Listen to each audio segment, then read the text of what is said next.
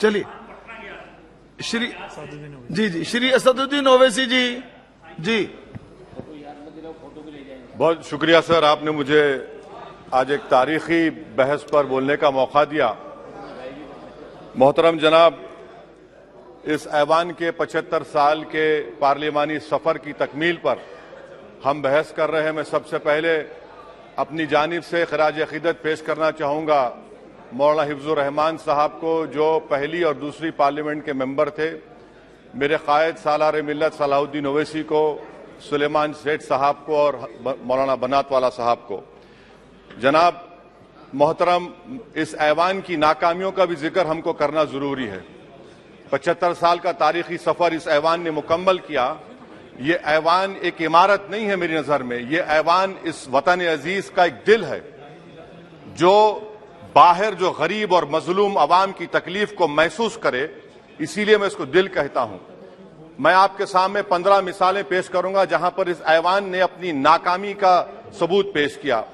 एक उस वक्त जब दिल्ली की सड़कों पर सिखों की नस्लकशी की जा रही थी।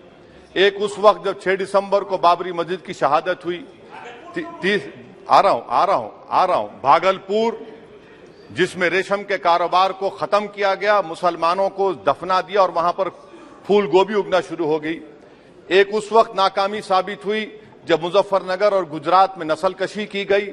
एक उस वक्त सर जब हम देखते हैं कि मुंबई की सड़कों पर इंसानियत का नंगा नाच हुआ।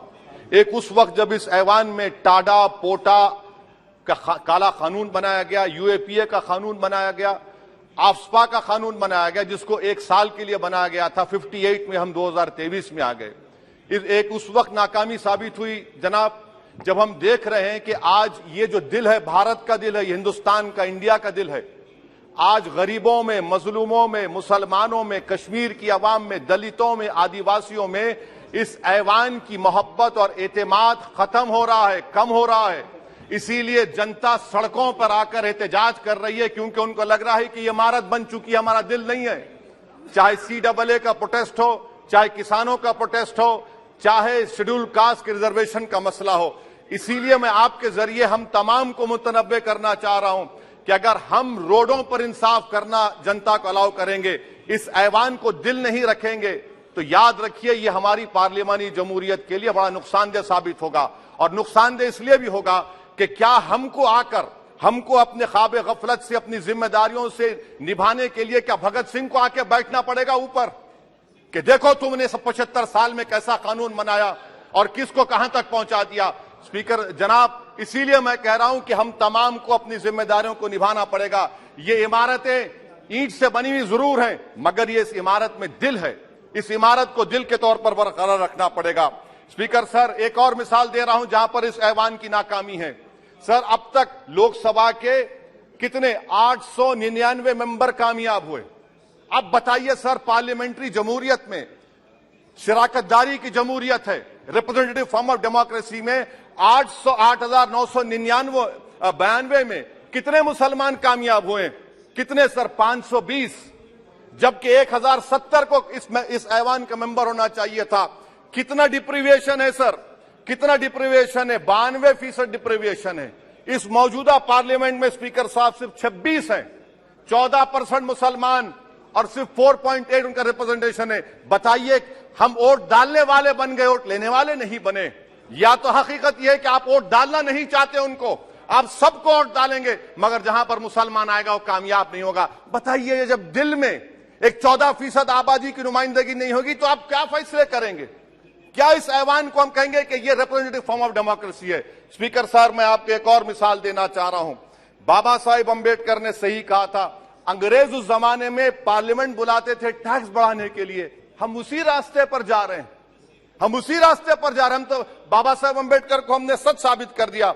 स्पीकर सर, आखिरी में मैं आपको बताना चाहूंगा कि आज आप देखिए कि चाणक्य ने क्या कहा था। चाणक्य ने सही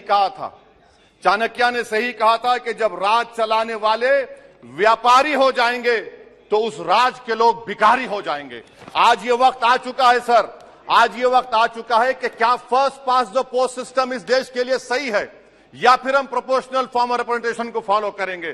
first pass the post system, जिसके पास एक मजहब का वोट होगा, जिसके पास दौलत होगी, वही इस ऐवान में आ रहा है। इसीलिए हम कह रहे हैं कि आप इस जमहूरियत की नाक, कहीं ये जमहूरियत कमजोर ना हो जाए, मुझे इस बात का डर है सर। आखिर में मैं खत्म करने से पहले एक बहुत बड़े शायर ने कहा था, उस पर खत्म करना चाहूंगा कि अभी चिरागे सरे राह को कुछ खबर ही नहीं, अभी चिरागे सरे राह को कुछ खबर ही नहीं, अभी गिरानिए शब में कमी नहीं आई, अभी गिरानिए शब में कमी नहीं आई, निजात दीदे दिल की घड़ी नहीं आई, चले चलो कि मंजिल अभी नहीं आई। स्पीकर साहब, आखिर में याद रखिए एक बात को मैं सबसे कह रहा हूं कि पिच बदलने से गेम नहीं बदलता, गेम को बदलना पड़ेगा।